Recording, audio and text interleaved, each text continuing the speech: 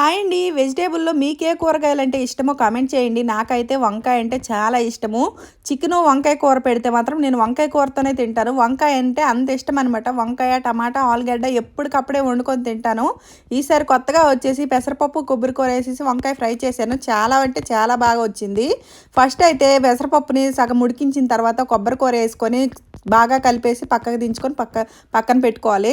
తర్వాత కళాయి పెట్టుకొని ఆయిలు, పచ్చిమిర్చి, పోపులు, కరివేపాకు వేసేసి ఫ్రై అయిన తర్వాత వంకాయ ముక్కలు వేసుకొని ఫ్రై చేసుకోవాలి. ఉప్పు, పసుపు వేసేసి ఫ్రై చేసుకోవాలి. ఫ్రై అయిపోయిన తర్వాత కొబ్బరికూర, పెసరపప్పు పక్కన పెట్టాం కదా, అది కూడా వేసేసి బాగా కలిపేసి దాంట్లోనే కారం వేసుకొని కొద్దిగా ధనియాల పొడి, జీలకర్ర పొడి వేసుకొని బాగా కలిపేసి కొద్దిగా ఫ్రై అయిపోయిన తర్వాత దించుకొని అన్నంలోకి తినడమే అనమాట. అన్నం కన్నా ఇంక చపాతీకి అయితే చాలా బాగుంది.